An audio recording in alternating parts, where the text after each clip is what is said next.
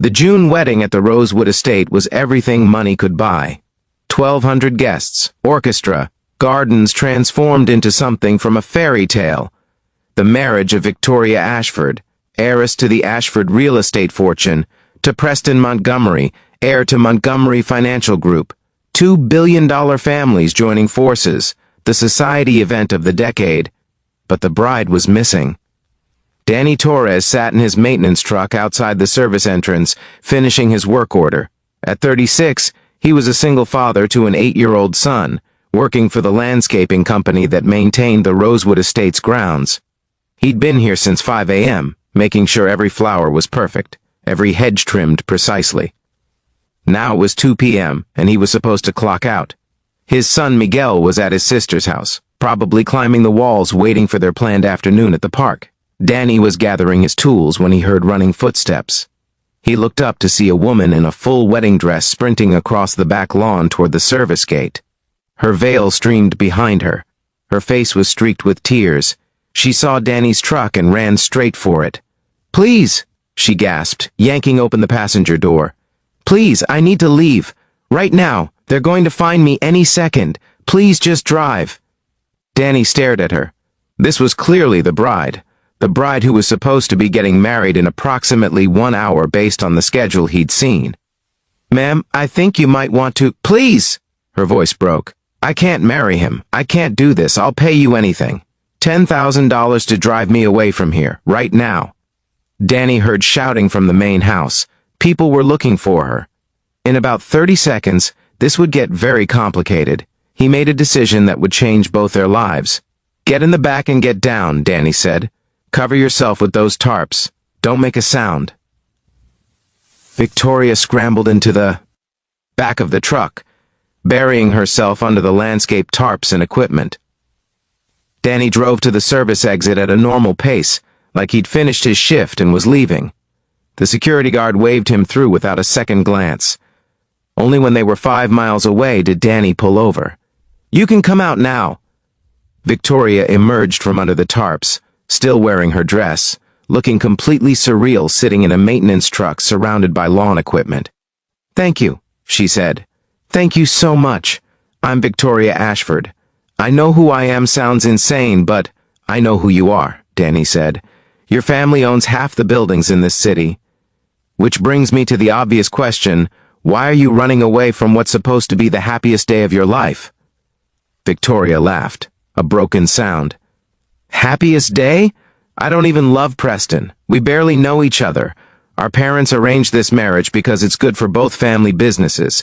I've been going through the motions for a year, telling myself it was fine, that love wasn't necessary, that duty mattered more." She wiped tears with her veil.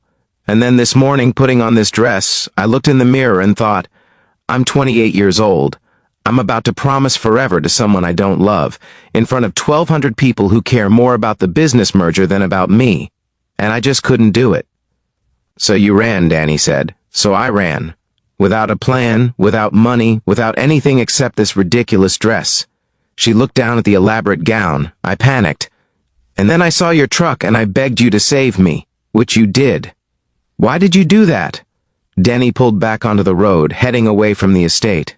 "Because 8 years ago my ex-wife stood at the altar on our wedding day. Everyone was there. All her family, all my family. And at the last minute she said she couldn't do it, that she didn't love me, that she was sorry but she couldn't marry me." He glanced at Victoria in the rearview mirror. It was humiliating, devastating. My family was furious at her, called her terrible things. But you know what? She was right. She shouldn't have married me. We would have been miserable. We would have divorced within 2 years. She saved us both by being honest, even though it cost her everything in that moment. "What happened to her?" Victoria asked. "We eventually became friends. Took a while, but we got there. And 5 years later, she met someone she actually loved. Got married. They're happy. And I met someone, got married. Had my son Miguel. My wife died 3 years ago from leukemia, but those 5 years with her were real. Based on love, not obligation." He pulled into a parking lot. "Point is, your ex-fiancé will be humiliated today. Your families will be furious. But you did the right thing. Better to hurt people now than destroy lives later with a loveless marriage. Victoria looked at this stranger who'd saved her and somehow understood perfectly. Where are we? Public library. It's safe, it's public, and you can figure out your next move. I'm guessing your phone is being tracked? Victoria pulled out her phone and saw 70 missed calls. Definitely. Leave it in my truck. I'll drive it across town and leave it somewhere random. Give you time to disappear before they can track you. He pulled out his own phone. Give me a number where I can reach you later. A friend's phone, something not connected to you. Victoria realized she didn't have anyone. Her entire life was controlled by her family, every friend vetted, every relationship monitored. She didn't have a single person she could call who wouldn't immediately tell her parents. I don't have anyone, she admitted. Everyone in my life is part of my family's world. I don't have real friends, just people who want access to my money or my name. Danny saw the devastating loneliness in her face, the realization that running from her wedding meant running from her entire life. Okay, Danny said. Here's what we're going to do. You're going to hide in the library while I pick up my son. Then you're coming home with me. You can stay in my spare room until you figure out your next steps. Change out of that dress, get some real food, and make an actual plan. Why would you do that? Victoria asked. You don't know me. I could be dangerous. Crazy. I'm literally a runaway bride. You're a person who made a brave choice and now needs help, Danny said simply. I've got a spare room and a working washer-dryer for that dress. Consider it payment for saving me from a very boring afternoon at the park with an 8-year-old who cheats at Frisbee. Victoria laughed despite everything. Your son cheats at Frisbee? Constantly. Claims the wind moved it. He's a terrible liar. Danny smiled. Come on. Let's get you somewhere safe. Then you can figure out who you want to be now that you're not a billionaire's bride. 2 hours later, Victoria sat in Danny's modest apartment wearing his sister's borrowed jeans and t-shirt.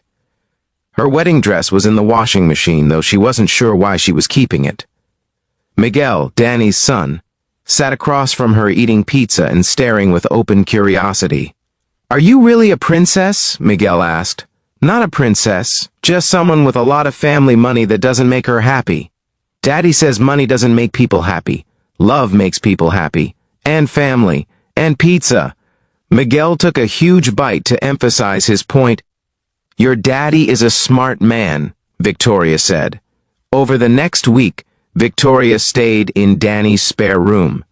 She used a burner phone to send her parents a message. She was safe, she wasn't coming back. She needed space to figure out her life. The message back was harsh. She was cut off financially, disowned. If she walked away from the family, she walked away from everything. Victoria found she was okay with that. I've never had a real job, she told Danny one evening after Miguel had gone to bed. Everything I've done has been in the family business or on charity boards they controlled. I don't have real-world skills. I don't know how to survive without family money. Everyone has skills, Danny said. What are you good at? What do you actually enjoy? Victoria thought about it. I like organizing things, creating systems. I was good at event planning for the charity work, making complicated things run smoothly. That's valuable, Danny said. That's operations management. That's something companies will pay for. Over the next month, Victoria rebuilt her life from scratch. She got a job as an events coordinator for a nonprofit, starting at the bottom with a modest salary. She rented a tiny studio apartment. She learned to grocery shop, to budget, to survive on $40,000 a year instead of unlimited family money. It was hard. It was terrifying. It was the freest she'd ever felt. And through it all, Danny was there, not as a romantic interest, just as a friend. Someone who'd helped her when she had nothing to offer him. Someone who saw her as Victoria the person, not Victoria the heiress. 6 months after the wedding that never happened, Danny invited Victoria to Miguel's 9th birthday party. It was in a park with pizza and a homemade cake and a dozen kids running wild. This is the best party I've ever been to, Victoria told Danny, watching Miguel and his friends play. Better than the ones with ice sculptures and celebrity performers? Danny teased. So much better, because it's real, because Miguel is happy for real reasons. Because you threw this party with love instead of money. She looked at Danny. Thank you for saving me that day. Not just by driving me away from the wedding, but by showing me what a real life looks like. What actual happiness is built on. You saved yourself, Danny said. You made the hard choice. You rebuilt your life from nothing. That took courage I'm not sure I'd have had. 2 years later, Victoria ran her own event planning company, specializing in nonprofits and community organizations. She was successful, but success measured differently now, not in revenue, but in impact. She and Danny had become best friends. Miguel called her Aunt Victoria, and she attended every school play and soccer game. And when Preston Montgomery, her ex-fiancé, got married to someone he actually loved, Victoria sent him a gift with a note. Thank you for not chasing me when I ran. For letting me go. I hope you found what I was looking for. Preston sent back a photo of him and his new wife. And a note. Thank you for being brave enough to run. You taught me that I deserved real love too. We're both happier now. If this story inspired you, please like, share, and subscribe for more stories about choosing authenticity over expectations. Comment below about a time you made a brave choice that changed your life. Your courage might inspire someone else to take that leap today.